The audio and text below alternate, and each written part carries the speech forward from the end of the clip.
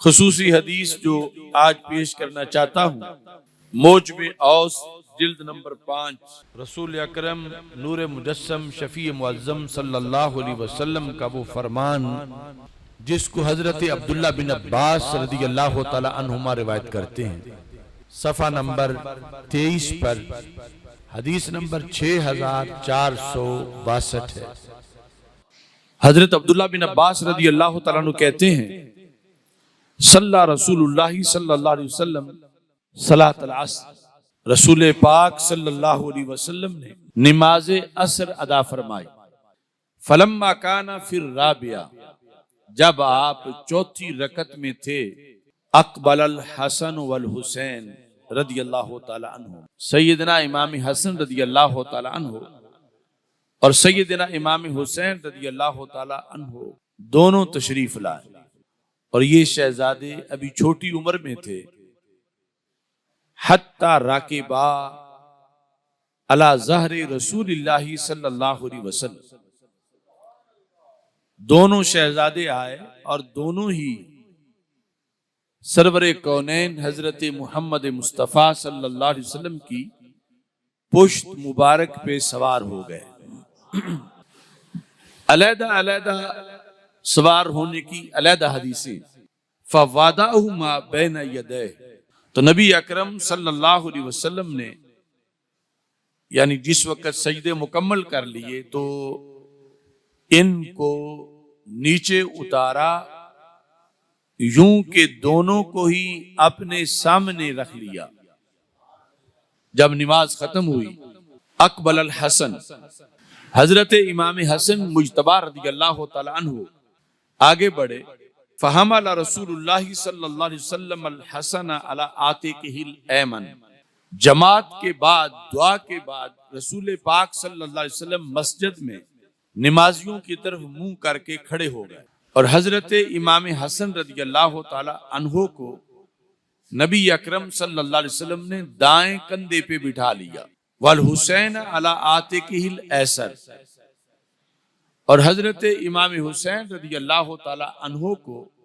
دوسرے کندھے پہ رسول پاک صلی اللہ علیہ وسلم نے بٹھا لیا۔ اب چشم تصور میں دیکھیں کہ عصر کے بعد کا وقت ہے اور مسجد نبوی شریف نمازیوں سے بھری ہوئی ہے، نماز عصر ادا کی جا چکی ہے، اور رسول اکرم صلی اللہ علیہ وسلم ان دونوں شہزادوں کو دونوں کندھوں پہ بٹھا کر ایک خطاب کرنا چاہتے ہیں۔ ثم قال، پھر رسول اکرم صلی اللہ علیہ وسلم نے ارشاد فرمایا، ایھا الناس، اے لوگو۔ اس کے اندر ان دونوں ہستیوں کے لحاظ سے پہلے اجمال اور پھر اس کی تفصیل، یعنی جو خطابت کا نہایت حسین طریقہ ہے اس انداز میں لوگوں کو تعارف کروایا۔ فرمایا، ایھا الناس، اے لوگو، الا اخبرکم بخیر الناس جدا و جدہ، کیا میں تمہیں خبر نہ دوں کہ لوگوں میں سے جد کے لحاظ سے اور جدہ کے لحاظ سے، یعنی نانا جی اور نانی جان، سارے لوگوں میں سے افضل کون ہیں، یعنی جن کے نانے جیسا کسی کا نانا نہ ہو اور جن کی نانی صاحبہ جیسی کسی کی نانی نہ ہو، کیا میں تمہیں بتاؤں؟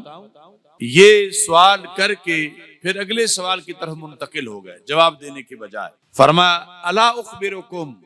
بخیر الناس عما و عمہ، کیا میں تمہیں خبر نہ دوں کہ سارے لوگوں میں سے چچا اور پھوپھی کے لحاظ افضل ترین کون ہیں، یعنی جن کے چچا جیسا کسی کا چچا نہ ہو اور جن کی پھوپھی جیسی کسی کی پھوپھی نہ ہو۔ یہ دوسری پیشکش فرمائی، کیا میں تمہیں نہ بتاؤں؟ یہ کہنے کے بعد تیسری بات کی طرف منتقل ہوئے۔ فرمایا، الا اخبرکم بخیر الناس خالا و خالہ، کیا میں تمہیں خبر نہ دوں کہ ماموں اور خالہ کے لحاظ سے سارے لوگوں میں افضل ترین کون ہیں؟ جن کے ماموں جیسا کسی کا ماموں نہیں، اور جن کی خالاؤں جیسی کسی کی خالائیں نہیں۔ ابھی بھی جواب نہیں دیا اور چوتھی بات کی طرف منتقل ہوئے۔ فرمایا الا اخبرکم بخیر الناس ابا و اما، کیا میں تمہیں خبر نہ دوں ایسے لوگوں کے بارے میں، ایسی ہستیوں کے بارے میں کہ جن کے باپ جیسا کسی کا باپ نہیں، اور جن کی امی جان جیسی کسی کی امی جان نہیں۔ اور پھر یہ چار چیزیں اکٹھ پیش کرنے کے بعد خود بتایا اور فرمایا ہم الحسن والحسین رضی اللہ تعالیٰ عنہ، کہ جن کے لحاظ سے میں نے اجمالی طور پر بتایا کہ جد اور جدہ کے لحاظ سے جو سب سے افضل ہیں، چچا اور پھوپھی کے لحاظ سے جو سب سے افضل ہیں، ماموں اور خالاؤں کے لحاظ سے جو سب سے افضل ہیں، والد محترم اور امی جان کے لحاظ سے جو سب سے افضل ہیں، اس کے ساتھ خود فرمایا کہ وہ دو ہستیاں، ایک کو میں نے دائیں کندھے پہ بٹھا رکھا ہے اور دوسرے کو دوسرے کندھے پہ بٹھا رکھا ہے، وہ امام حسن اور امام حسین رضی اللہ تعالی عنہما ہیں۔ اب پھر اس کی ایک تفصیل ہے کہ چچا سے مراد کیا ہے، پھوپھی سے مراد کیا ہے، ماموں سے مراد کیا ہے، خالاؤں سے مراد کیا ہے، مختلف جو رشتے بیان کیے، اور اس کے بعد پھر اس پوری حدیث کی ایک شرح ہے۔ تو رسول اکرم نور مجسم شفیع معظم صلی اللہ علیہ وسلم نے فرمایا جدہما رسول اللہ صلی اللہ علیہ وسلم، امام حسن اور امام حسین رضی اللہ تعالی عنہما کے جد جو ہیں وہ اللہ کے رسول صلی اللہ علیہ وسلم، ان کے جد جیسے کسی کے جد نہیں۔ اور ساتھ یہ ارشاد فرمایا رسول اکرم صلی اللہ علیہ وسلم نے وجدتہما، اور ان کی جو نانی جان ہیں خدیجہ بنت خویلد، وہ حضرت خدیجہ بنت خویلد رضی اللہ تعالی عنہما ہیں۔ یہ جد اور جدہ کے لحاظ سے سب سے افضل ہونا بیان کیا۔ پھر فرما امہما فاطمہ بنت رسول اللہ صلی اللہ علیہ وسلم، ان کی امی جان حضرت فاطمہ بنت رسول صلی اللہ علیہ وسلم ہیں۔ وَأَبُوهُمَا عَلِيُّ بْنُ أَبِي طالب رضی اللہ تعالی عنہ، اور ان کے والد گرامی حضرت علی بن ابی طالب رضی اللہ تعالی عنہ ہیں۔ وَعَمُّهُمَا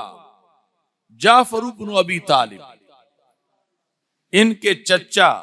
حضرت جعفر بن ابی طالب رضی اللہ تعالی عنہ ہیں۔ وَعَمَّاتُهُمَا، اور ان کی پھوپھی جان ام ہانی بنت ابی طالب، وہ حضرت ام ہانی بنت ابی طالب رضی اللہ تعالی عنہا ہیں۔ وَخَالُهُمَا، ان کے ماموں جان القاسم ابن رسول اللہ صلی اللہ علیہ وسلم، حضرت سیدنا قاسم جو اللہ کے رسول علیہ السلام کے لخت جگر ہیں، وہ ان کے ماموں ہیں۔ وَخَالَتُهُمَا، اور ان کی خالائیں زینب و رقیہ و ام کلثوم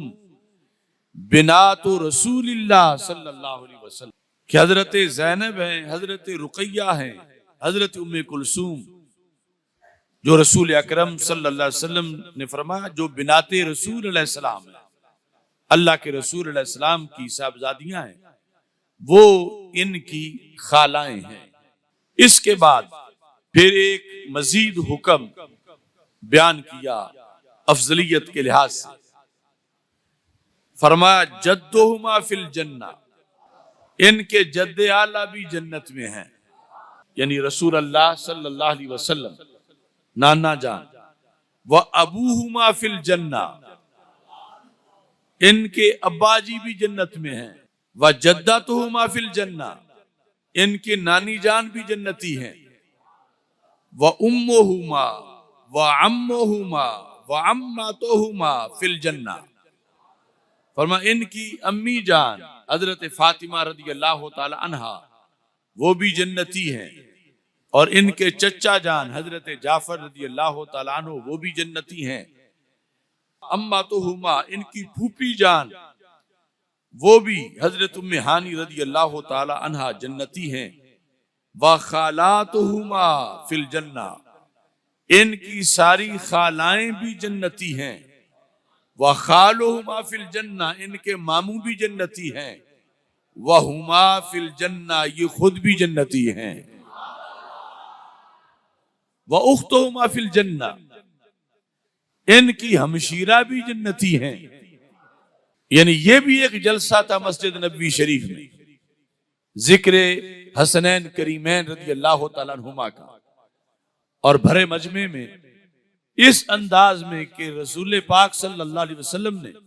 ان دونوں شہزادوں کو اپنے کندھوں پہ بٹھایا ہوا تھا، اور ہمارے آقا صلی اللہ علیہ وسلم صحابہ کرام رضی اللہ تعالی عنہم کے سامنے یہ خطبہ دے رہے تھے۔ اب یہاں چند باتیں بڑی قابل غور ہیں۔ یہ خطبہ نہ روافض بیان کر سکتے ہیں نہ خوارج بیان کر سکتے ہیں، یعنی اس کا تقاضا پورا کرتے ہوئے صرف اہل سنت بیان کر سکتے ہیں۔ اب یہ اتنی جامع حدیث ہے جو موجم اوسط کے اندر اس کا تذکرہ موجود ہے، اس میں چند ضروری اسباق ہمارے لیے موجود ہیں۔ سر فہرست رسول اکرم نور مجسم شفیع معظم صلی اللہ علیہ وسلم کی 4 صاحبزادیوں کا ثبوت۔ اب رافضی تو کبھی بھی خالاؤں کا ذکر نہیں کرے گا، تو رسول اکرم صلی اللہ علیہ وسلم نے فرمایا کہ ان کے ماموں جیسا کسی کا ماموں نہیں، اور ان کی خالاؤں جیسے کسی کی خالائیں نہیں، اور پھر باقاعدہ ان کے نام لیے، ان کا تذکرہ کیا، اور صرف ان کا ہونا ہی بیان نہیں کیا بلکہ ان کا جنتی ہونا بھی بیان کیا، ان کا افضل ہونا بھی بیان کیا۔ تو جس وقت کسی شخص کی ساری خالاؤں کا انکار کر دیا جائے اور ان کے سارے فضائل کا انکار کر دیا جائے تو وہ ہستیاں کیسے راضی ہوں گی اس کے تذکرے پر کہ یہ تو ہمارا ذکر نہ کرتا اگر اس نے ہمارے ہی خاندان کے افراد سے دشمنی کرنی تھی۔ تو نبی اکرم نور مجسم شفیع معظم صلی اللہ علیہ وسلم نے ان ہستیوں کے تذکرے میں، آپ چونکہ اللہ کی عطا سے غیب جانتے ہیں اور مستقبل سامنے تھا کہ ذکر ہوگا، اور کچھ لوگ ذکر نہ کر کے اپنی خباثت کا اظہار کریں گے اور کچھ ذکر کر کے ڈنڈی مار کے اپنی خباثت کا اظہار کریں گے۔ تو کامل ذکر کرنے والوں کے لیے اللہ کے رسول علیہ السلام کی سنت میں اسوہ حسنہ موجود ہے۔ اس بنیاد پر سید عالم نور مجسم شفیع معظم صلی اللہ علیہ وسلم نے خصوصی طور پر حضرت قاسم ابن رسول علیہ السلام کا ذکر کیا، اور پھر تینوں خالائیں جو ہیں ان ہستیوں کی ان کا ذکر کیا، اور پھر آخر میں فرمایا خالاتہما فی الجنہ کہ ان کی خالائیں عام خالائیں نہیں ہیں، ان کی خالائیں بھی جنتی ہیں، جس طرح کے باقی رشتے بیان کیے۔ پھر ان میں ایک قابل غور بات یہ ہے کہ ہر عظمت کا حوالہ ذات رسول علیہ السلام کو قرار دیا، ہر عظمت کا حوالہ، یعنی جس لحاظ سے بھی انہیں عظمت ملی ہے ان ساری عظمتوں کا محور ذات رسول صلی اللہ علیہ وسلم ہے۔